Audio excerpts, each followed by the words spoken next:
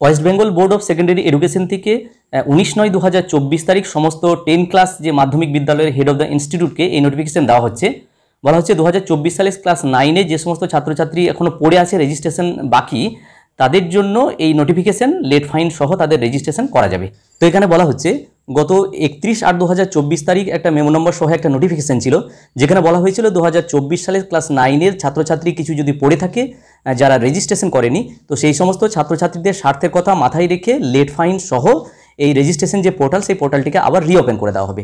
তো আজকে সেই রিওপেন করার যে নোটিশ সেটা আজকে দেওয়া হচ্ছে এবং বলা হচ্ছে যে 21/9/2024 তারিখ বেলা 12টা থেকে 30/9/2024 তারিখ বেলা 12টা পর্যন্ত এই পোর্টালকে আবার রিওপেন করা হলো, যাতে করে যে সমস্ত ছাত্রছাত্রী রেজিস্ট্রেশন এখনও করেনি ক্লাস 9-এ 2024 সালের, তাদের জন্য লেট ফাইন সহ যাতে করে রেজিস্ট্রেশন প্রসেস কমপ্লিট করা যায়।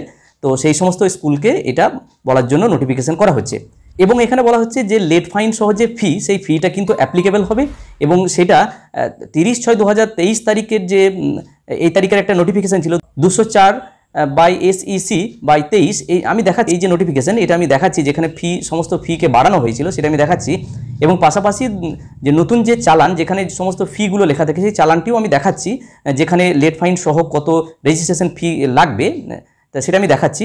তো এখানে আর একটু কী বলছে সেটা আমরা একটু দেখে নিই।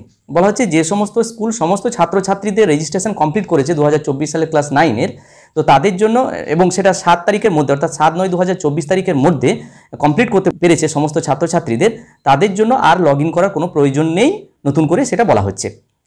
কারণ অলরেডি তারা সমস্ত ছাত্রছাত্রীর রেজিস্ট্রেশন প্রসেস 7 তারিখের মধ্যে কমপ্লিট করতে পেরেছে, তাদের জন্য আর রিওপেন করে এই পোর্টালকে খোলার কোনো প্রয়োজন নেই। এবং এখানে বলা হচ্ছে যে সমস্ত স্কুলের জন্যই এটা বলা হচ্ছে যে এডিট অপশন খুলে দেওয়া হবে এবং কবে খুলে দেওয়া হবে সেটা নোটিফাই করে দেওয়া হবে আমাদের ওয়েবসাইটে। তো সেই ওয়েবসাইটে দেখে যখন এডিট অপশন থাকবে তখন সমস্ত স্কুলের জন্য সেই এডিট অপশন খুলে দেওয়া হবে, সেটা বলা হচ্ছে। এবং বলা হচ্ছে যে এই যে নোটিফিকেশান এটাকে খুব ভালোভাবে ফলো করতে বলা হচ্ছে। এটা মূলত আজকের এই যে নোটিশ, সেই নোটিশ বা নোটিফিকেশান, এই নোটিফিকেশানে কিন্তু এটা বলা হচ্ছে। আচ্ছা চলুন এবার আমরা দেখে নিই এই যে 2023 সালে যে ফিজ, সমস্ত ফিজ বাড়ানোর যে নোটিফিকেশান ছিল সেটা আমরা একটু দেখে নিই। দেখুন 30/6/2024 তারিখের 203 এবং 204 একটু নিচে রয়েছে, যেখানে ফিজগুলো West Bengal Board of Secondary Education থেকে সমস্ত ফিজকে বাড়ানো হয়েছিল, অর্থাৎ এক্সিস্টিং ফি কত ছিল এবং রিভাইজড ফিজ বেড়ে কত টাকা হলো সেটার একটা চার্ট ছিল আমরা জানি। তো সেখানেই এখানে একটু নিচে 3 নম্বর পয়েন্টটা যদি আমরা দেখি, রেজিস্ট্রেশন এখানে ফি আগে 10 টাকা ছিল যেটা 35 টাকা করা হয়েছে এবং স্টেশনারি চার্জ যেটা 10 টাকা সেটা ধরে আর কি 35 টাকা পার স্টুডেন্ট।